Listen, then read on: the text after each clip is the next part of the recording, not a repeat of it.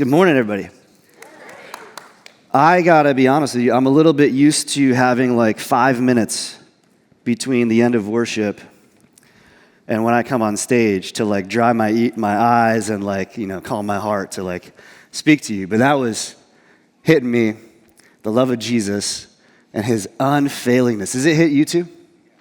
Man, I hope you know how much God loves you and just how grateful he is to connect with you in these spaces. And I hope you know how much we as a church love you too. I'm so glad that you're here.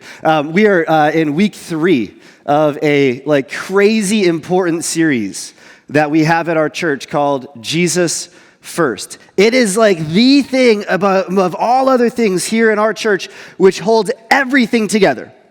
We're so excited about this phrase, Jesus First. I am lobbying that we like paint this all across Kansas City, all across the country, all across your houses. I would like to come by with stickers and sticker you up and have just like Jesus First be the thing that you see in the morning, the thing that you think about at lunch, thing that you go to bed thinking about, like Jesus First, Jesus First, Jesus First.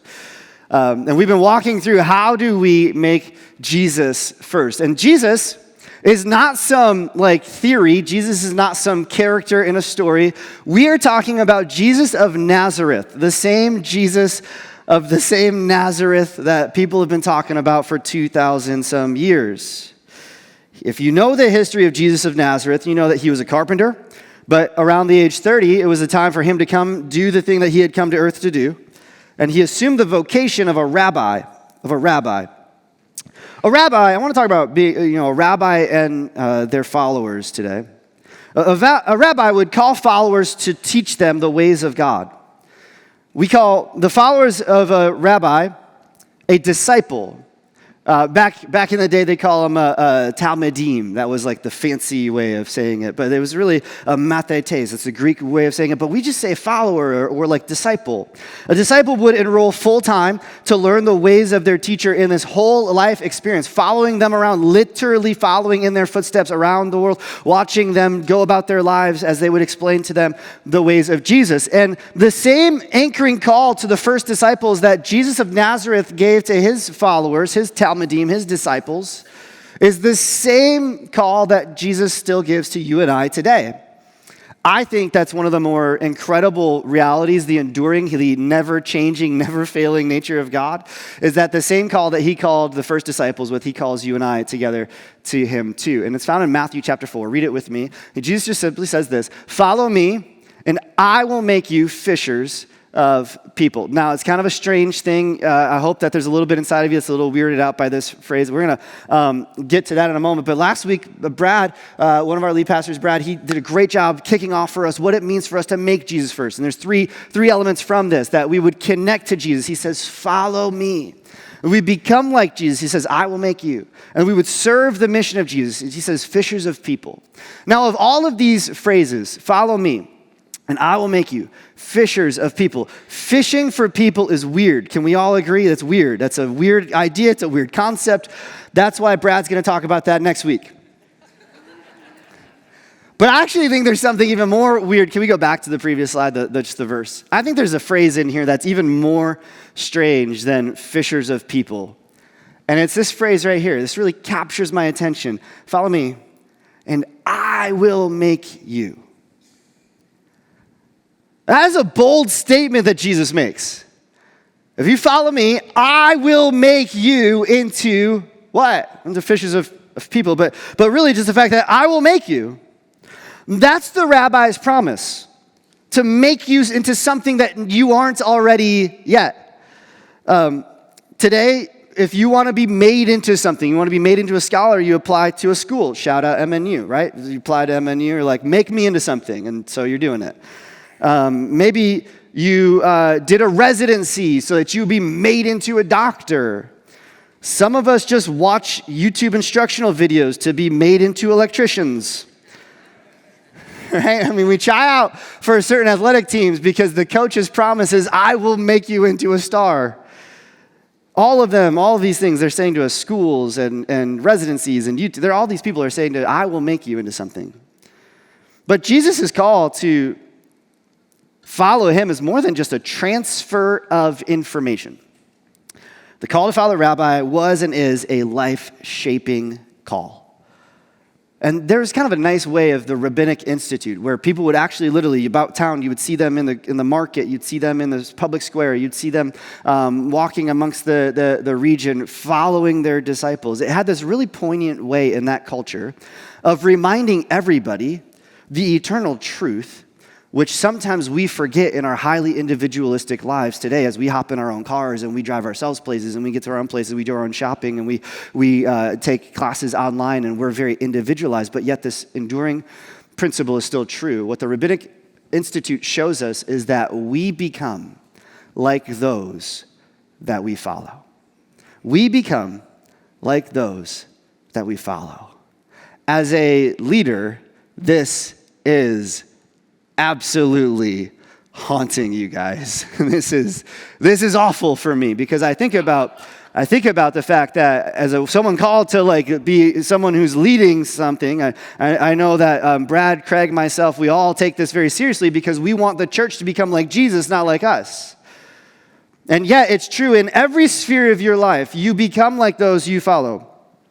Who you listen to for advice, how you navigate and respond to complexity in this world's system, what you value ethically and morally, the narratives you adopt as your worldview. All of these come to us from the people that we follow. Which means the people that we follow in this life are more of a powerful force than maybe you ever realized. If you took time today to list out, if you just had maybe an hour to list out all of the influences in your life, all of them, not just your favorite teacher from high school or the college professor who pushed you into your career path, but all the influences, all the leaders that you've ever followed, you'd be astonished. Coaches, teachers, mentors, bosses, parents, for sure. But then radio personalities, podcast hosts, opinion news writers, pastors, you are who you are because of the shaping influences upon you, for good or for ill. We become like those we follow. Jesus taught a parable about this. Luke chapter 6, this is what he says. He says, can the blind lead the blind? Answer, no. Will they not both fall into a pit? Yeah. I mean, I don't know where there's a pit around here, but they probably won't get very far if the blind is leading the blind. Then Jesus kind of pulls this together. He says, the student is not above the teacher, but everyone who is fully trained will be like their teacher. The words of Jesus, if you're ever confused what they mean, start with the last words first. So the main point of what Jesus is trying to say here is about discipleship, about apprenticeship, that the student will be like their teacher. This is the end goal of God's plan for you, is that you would be like your teacher, that you would be like Jesus, that you would be fully trained to be like Jesus. And this is an intentional process that we have to go through. This takes training. To become like your teacher requires that you become trained. To be like what you are not yet, you need to go through a process. I currently am training for a race. I won't tell you how far it is because I've learned some of you think I'm crazy, but I'm not as crazy as the other people, all right? Someone on our staff ran 50 kilometers yesterday. That was crazy. But you're doing it with me. So a half marathon. We're training for a half marathon, right? And if I don't take the steps in the training plan to actually do the thing, I will never make it. I might get there and die, but I want to live on the other side of this. And so I have to do the steps. I have to be trained. And the reason I'm doing a half marathon is because I am not what Jesus says I should be, which is fully trained. I have yet to accomplish the 26 miles that is necessary. The 0.2, I guess, is really important too. But there's more. And the reason I'm only doing a half is because I'm half trained.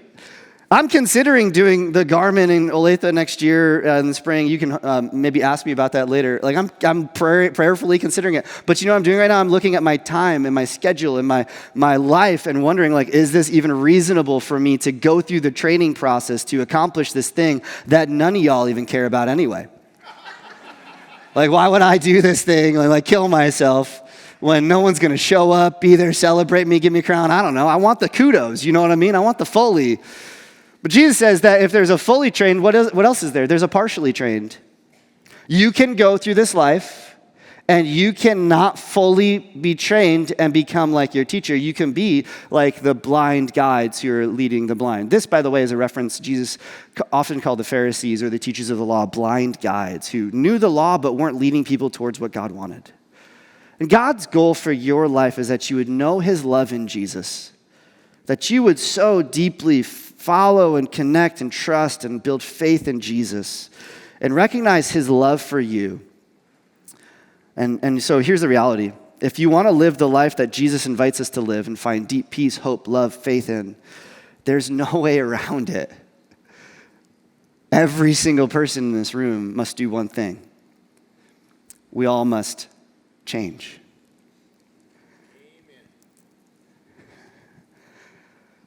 I will make you, I think, is one of the most arrogant statements that anyone today could ever hear. Second to, hey, you've got a problem, you need to change. But it's true, isn't it?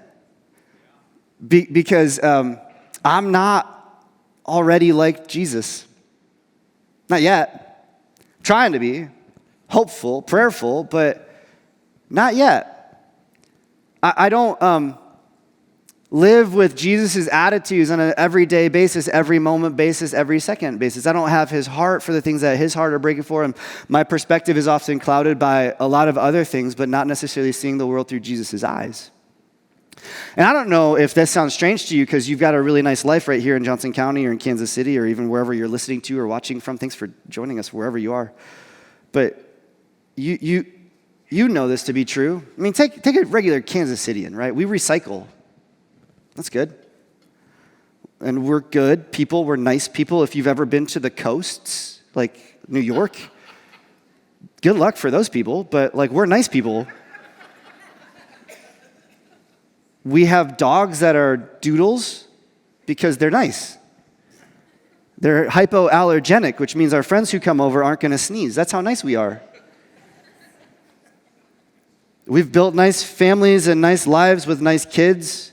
We wear red on Fridays, guys. I mean, that's how nice we are. But unless your attitude is like Jesus all the time in all circumstances, unless your heart, soul, mind, and strength are exactly like Jesus, then we are not yet who we're still becoming. No amount of recycling is going to get you into heaven, although maybe Jesus wants you to recycle. That's for you and Jesus to figure out. And so, because Jesus wants to change our very real lives here on earth to actually become like him, we have to change. And I'm going first today just saying, I get it. I'm not there yet. I don't think you're there yet either. There's a goal verse in 2 Corinthians chapter 3 that the Apostle Paul writes. He says this, that he says, we all, which is kind of like an everybody statement. There's no exceptions to this. We all who with unveiled faces contemplate the Lord's glory. This is talking about Jesus and even our ability to perceive him. We are being transformed into his image with ever-increasing glory. When we talk about becoming like Jesus here at Heartland, when we talk about putting Jesus first in our lives, what we are trying to put our fingers on is this reality that we are all, every one of us who follows Jesus, being transformed into his image, into his likeness, becoming like our teacher. And there's a word here that's an amazing word that's going to show up in a couple different places. It's this word transformed, to change, to become new, as it were. It's the word in Greek metamorphosis, which is the process that a caterpillar goes into that becomes a butterfly. I didn't know how you guys would react to this, so I'll just tell you I was going to do it, but I didn't do this. I was going to buy a box of butterflies today and just let them loose on you and like let them fly about. But I knew that they would die in our church and someone would vacuum them up and someone would probably be angry about that. But you know, like butterflies they go through this process, and it's this change that happens from the inside out. This inside-out process. Not from outside in, but this inside-out. Outside-in change is like false change, fake change, masquerading change, hypocritical change. What Jesus wants for us is to be transformed into his image. I believe that people can change. I believe that you can change. And the reason that I believe that you can change and I can change is because Jesus says that we are being transformed into his image from one degree of glory to another, or ever increasing glory. There's this progression to this. But I also believe that people can change because I stand before you as one who's not quite there yet, but someone who's been changed. I know where I've started in life and where I am today are two absolutely radically different places. The only explanation is Jesus. And so what I want to show you today is that there are three really great reasons for you to believe that you can change, and I want to show you that you must believe that you can change. Three really good reasons for you to believe that you can change, but one really good reason that you must change. That's our hope. It's my hope today. Sorry, I'm battling a cold. I know I sound like I'm, I don't know, a 7-year-old chain smoker, but thanks for bearing with me. The first reason that I believe that we all can change is because change itself, three things. First is this: change itself is inevitable. It's inevitable. This does not sit well with all of us. Some people are like, I'm averse to change. I don't like change. I like my very stasis of life. I don't like to endure change. Change scares me. Change freaks me out. I have to gear myself up for change. But what I want you to know is that you are always changing all the time at every moment, from a molecular level to an emotional level to a situational level to a historical level to experiential level. Everything is happening that is changing you. Even this message today will have an impact on your heart, your soul, your mind, and you will be changed as a result of it. The Greek philosopher Heraclitus was quoted. I don't think he actually said this, but that's a story for another day. But the principle has endured. He said that the only constant in life is change. The only constant in life is change. For thousands of years, we have looked at this idea and realized and called it, yes, this is true. The only constant in life is change. I was on a rafting trip about 3 years ago. And the guide that was guiding our raft down the Rogue River in Oregon was some guy who grew up on the exact river. He was in his 50s, and he really enjoyed telling us everything about this river that he had grown up on. You know, if you've got a lot of memories and all these people walk into your space and they're doing an activity that you enjoy doing, you tell them all the things that you know about the space that you're in. And so he would we'd turn a corner and we'd see rock formations, and he'd say, hey, you guys want to know something crazy? That rock formation actually used to be over there. And I was like, there's no way I tried to move like a shovel full of dirt in my driveway, it was impossible. But like that giant rock formation moved all the way over there. You're telling me and then we turned a corner and he goes, you know something even crazier? Like the river actually didn't used to go this way. It used to entirely go this way. And then the rains of the 80s came. This is what he said. Apparently this is a big deal in Oregon, the rains of the 80s. And he said the rains of the 80s came, and the whole river just shifted and it turned. And that's why it's true that you never step into the same river twice. Because change and the effects of the current flowing through the banks are cutting new channels, new reservoirs, and moving things that seem immovable. Charting new courses that we feel and we imagine have been charted and set and enshrined in history for eons. They are moving right before our eyes. This is true about rivers, but it's also true about your life. The currents of life are constantly cutting new edges into us with powerful force. And that's why Paul said in another place in Romans chapter 12, chapter 12, verse 2, he said, do not conform to the pattern of this world. It means change from the outside in. But be transformed. That's the same word that he used in 2 Corinthians chapter 3. Be transformed, metamorphosis, from the inside out. But how? By the renewing of your mind.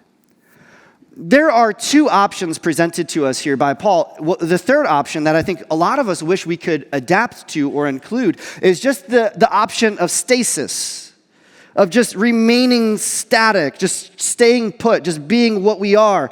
But those are not options that we get from Paul at the crescendo of his argument about how good God is that he saves us. He says, you're either going to be formed in the likeness of the world or you're going to be transformed into the likeness of Jesus. But you don't get the option to stay the same. You will change. You are changing. It is inevitable.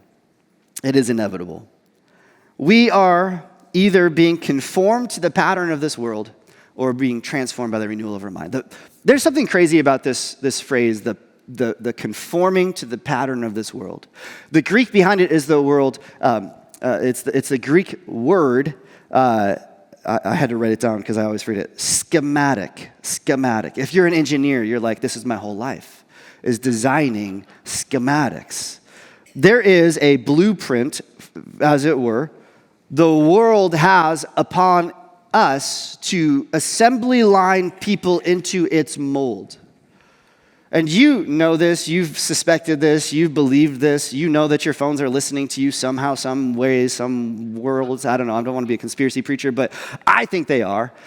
There's a pattern that we're trying to be influenced into, and it goes really, really deep. In fact, once you start to be aware of it, you can't unsee it. And that's a good thing, because part of what I want to help you today do is to see the ways in which we are being pushed to change. And I got this list from a pastor, author, John Mark Comer, who suggests these 4 categories of conforming to this world.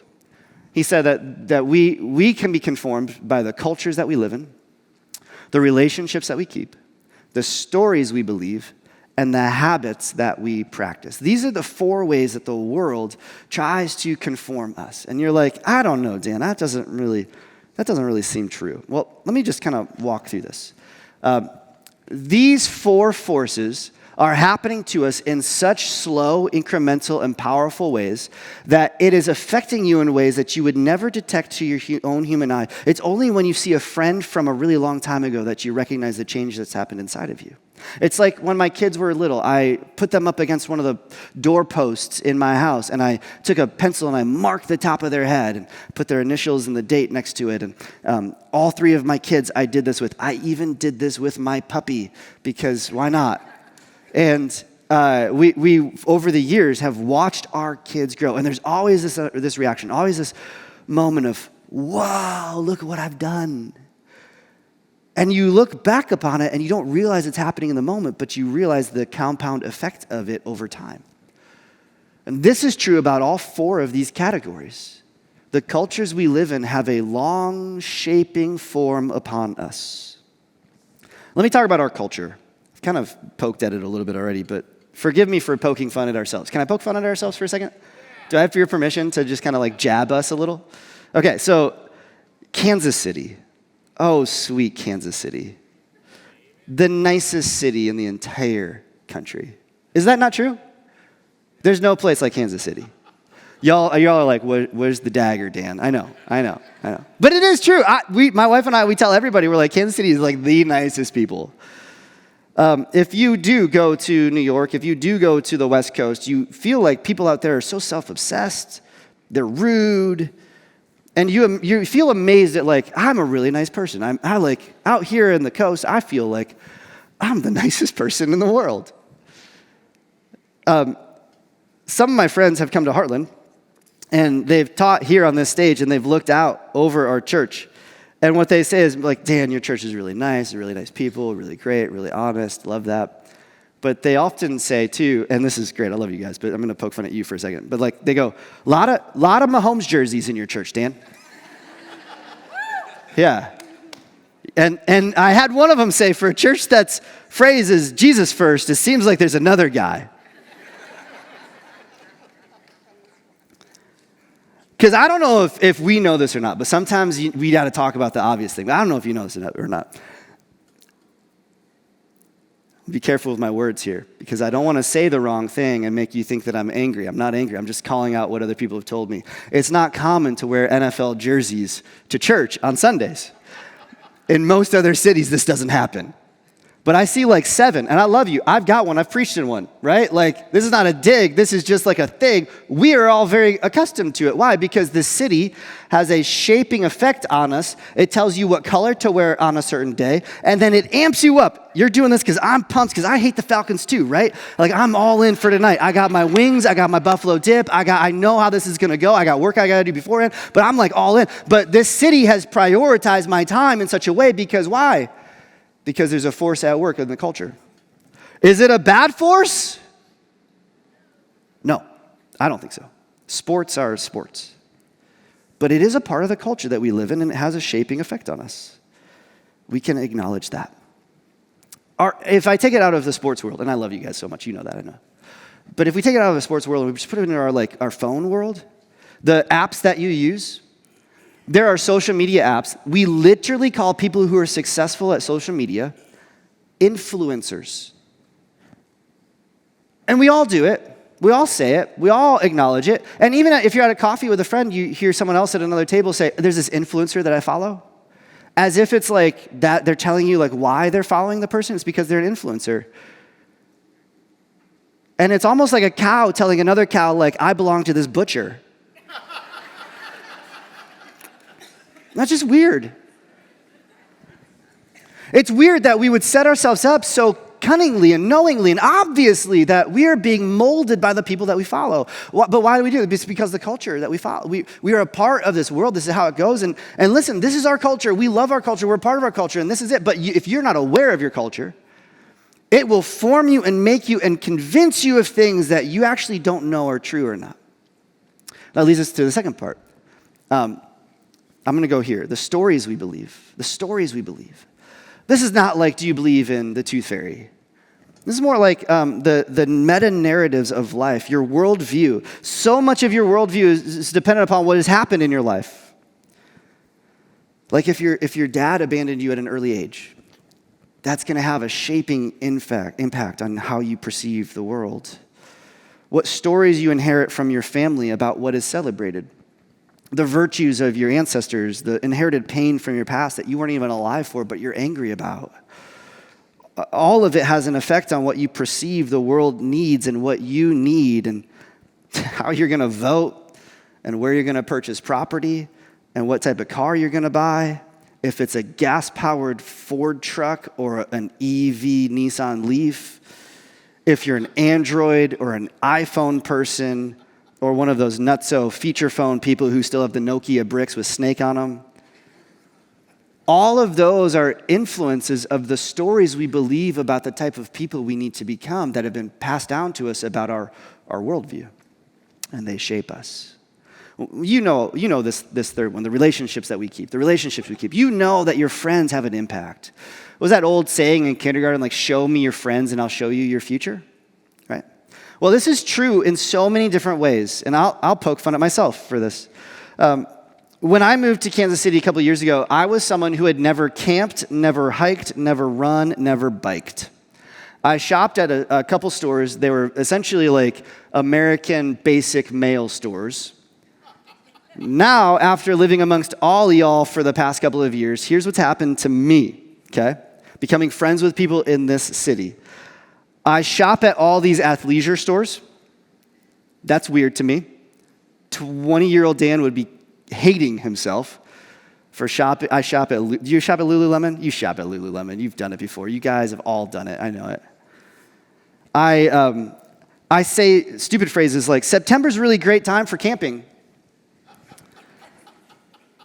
I have given all of my like pseudo-preppy Metro clothes back to Olathe thrift because that part of me is dead. Like all of my wardrobe is gone. And I thought I was buying stuff that I need, but then one day I walked into REI and I realized I was just buying the same stuff as everybody else because I looked like everybody else. I say things like, I'm a runner, you know? I'm annoying about it, but it's okay, and here's why it's okay, because you are all of these things too, and right around here, if I were to say all these things to you, you'd be like, yeah, Dan, that just makes you an average Joe. An average Joe is literally the moniker that we give to the conformed pattern of this world for what a typical person is supposed to be like. You're just one of us. You just fit right in. You fit the mold. And why do I fit the mold? It's because of you, doggone it. It's because that guy over there and that guy over there, like all these people that I spend my time with and I go on trips with and I enjoy life with, like you have a shaping influence by the relationships that you have around you. You know this. Finally, we can become molded by the assembly line of this world simply by our habits, the habits that we hold. In college, I discovered coffee. I discovered that it was helpful for me to finish term papers on time through the wee hours of the morning. Is this still true that this happens? Coffee is really helpful in the middle of the night. Yeah, I see some head shakes. Great. I started to drink coffee because my roommate was a dealer from Starbucks. I mean, a barista from Starbucks. And he would mule coffee back in his shirt. He would like put a pound of coffee back in his shirt. And he'd get back in the room and we'd be like, ah. And he'd go, ah. We'd be like, ah, right? Like coffee. It's great. I didn't even like coffee. I didn't want coffee, but it was helpful for me. And now every day I wake up and I have to have coffee. Goodness gracious, I even preach with coffee, right? I mean, like, yesterday, Kristen and I attended the Adventures in Parenting seminar here at Heartland, which was so enlightening and amazing. But before we left to come here, I realized there wasn't any coffee in our house. And every day I drink coffee. This is just what I do. I just wake up and I have coffee. And then I keep drinking coffee until about 4 o'clock, and then I'm good. PM. And I looked at Kristen and I was like, hey, should I make coffee? And she goes, oh, she was right. She said, there's going to be coffee at church. We don't need to make coffee. And I got like fidgety, you know what I mean? Like I got like anxious. My therapist says I have a problem, but I'm working on it. And I got fidgety because I was like, this is a habit. And when I don't have this thing, when I don't practice this habit, I feel like the world is off axis or something's wrong. And you might have this in so many different ways. Maybe something else happens for you where there's just habits that you have to be a part of or traditions or rituals. But the habits that we practice often become our loves. And our loves become rulers over our lives. I should not be as addicted to coffee as I am. I'm working on it. And yet, there's no denying for me the last 18 years of my life, coffee has been an ever-present part of it. So here's the thing. If I could just be the guy that holds the benchmark up and shows you where you've been in life and what's shaping you, these are the things that are slowly over time shaping you. Now, I'm going to go much quicker for these last two. I hope that's okay. If I'm inevitably changing, then here's the point. You get to choose. Paul says, do not be conformed to the patterns of this world, but be transformed by the renewal of your mind. There is in there a decision that gets to be made. You and I have a choice for how to move forward in life, and change is always better when it is intentional. Paul says, don't absent-mindedly go through life without recognizing who you are becoming. Don't just become like everybody else because of where you live and who you talk to and how you act and what your beliefs are. But actually follow Jesus into transformation, into this brand new way of living that is far superior, far more radical, far more subversive than what the culture around you is telling you you ought to be. Intentional change is in the right direction. It requires that you decide. And Jesus invites us into the intentional process of what's called spiritual formation. Instead of being kind of poked and prodded and jarred into the mold of this world, the schematic of this world, Jesus wants to change us deeply and holistically from the inside out. You cannot accidentally change your way into becoming like Jesus. There's a phrase out there that God is going to do what God is going to do. And that's like really not exactly how it works. God never just makes a person more like Jesus without that person wanting to become more like Jesus. And that might sound weird to those of us who know that we don't get saved by our works or by our desires, but God will call us and give us faith in accordance with the gift of faith that he's given us. But what we're talking about today is not jumping into the starting point of faith. We're talking about maturing as a child of God. There's a quote by Dallas Willard. Dallas Willard wrote this. He said that grace is not opposed to effort. It's opposed to earning. We cannot earn our way into the kingdom of God through grace, but God's grace is not opposed to us putting in a little bit of effort, which means you and I get a chance to intentionally choose how are we going to step forward into this life and partner with God in the ways that he wants to bring about flourishing and change in us. God has done something incredible in the intentional aspect of our lives. He has put inside of our brains, neuroscientists have discovered that our brains have what are called mirror neurons. What they do, they activate very early in life, and they're what allows us to watch other people live, and we learn other people's patterns and expressions and how to live just by watching. So a little baby can watch a parent walk around and do all the things that they do, and in their own life, their mirror neurons are watching, and they learn, like, I can do that too, and they imagine how it's going to go, and that's why some of your kids kids can't sleep at night. They're playing in their mind for how they're going to get up and start moving, and they're on the cusp of a change. They're about ready to become a new person with a new mode and a new mode of transportation, and they're getting ready to go take a step. And the crazy thing about a mirror neuron is that you can watch someone and learn from them, but the mirror neurons in your own brain fire the exact same way as you were watching when you are doing the thing that the person was doing.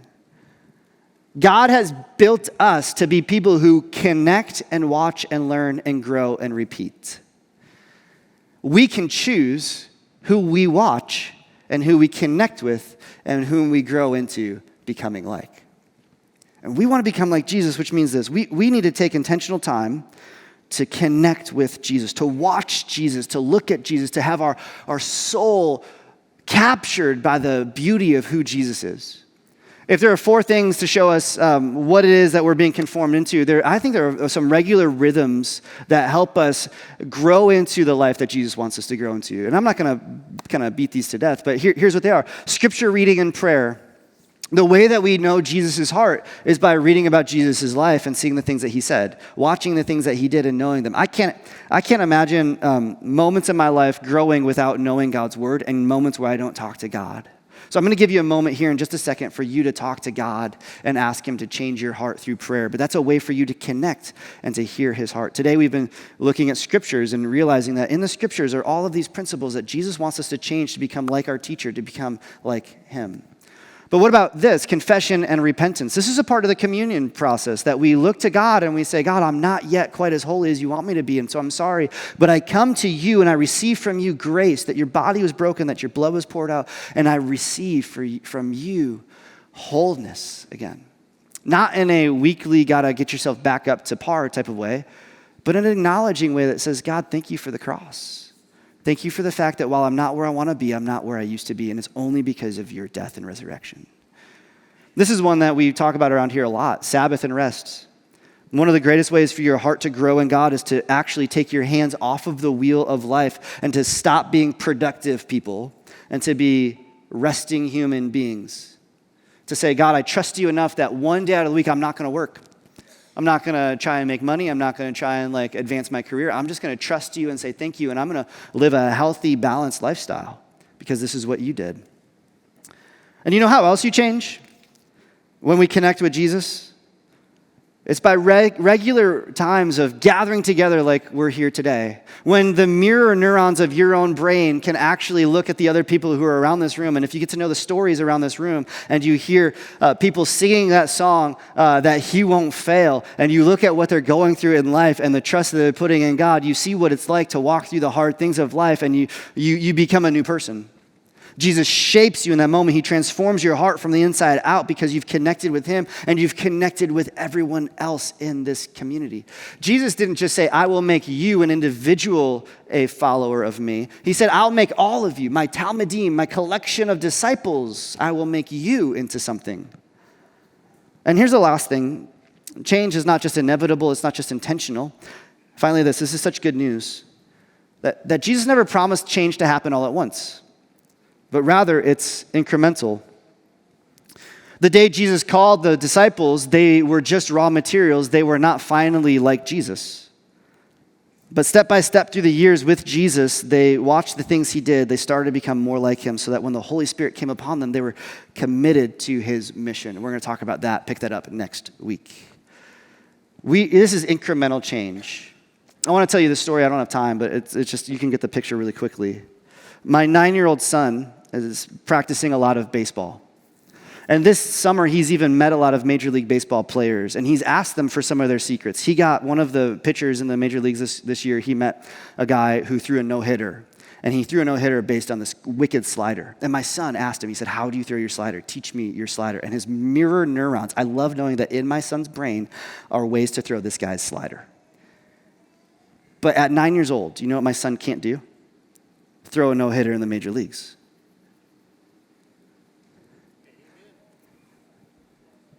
Not yet. You know what I mean? Why not yet? Why do I say not yet? Well, he can't today. But who knows? Who knows what he can do? Who knows, with a little bit of intentionality and connection and an ability to incrementally grow and to become into whatever it is you want to be, whether it's a musician or it's an artist or it's a teacher, or whatever your thing is that you're growing into. And for us as followers of Jesus, is incrementally becoming more like Jesus, responding to this life, moving about this life, sharing the good news with other people, actually engaging this world and making a difference for him. We incrementally grow in that skill. Jesus isn't asking you today to change the world. But he's asking you if he could change you. And if he changes you, then the world might change. See, you can't change the world. Yet. But there is this power within us, the Holy Spirit. When God gets a hold of our hearts, when we make room for him to move in our lives, he does this incredible work in us. And that's where I want to leave us. I want you to be left today with the sense of hope, the sense that it's possible, the sense that Jesus really cares about who you're becoming and if you're becoming more like him. And I've learned that every time I talk about this, I don't need to poke on the things that we've all failed in. Those kind of surface to the top for us immediately.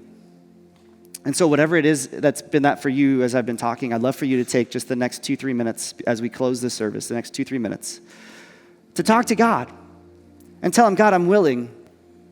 I want you to change me. I want to be more like Jesus. I want to be more like Jesus than I am the world. I want to be transformed, not conformed. I intentionally want to be trained, fully trained, to become like you. And you know what? What he said is true. He will make you. So let's go and talk to him and let him do that for us.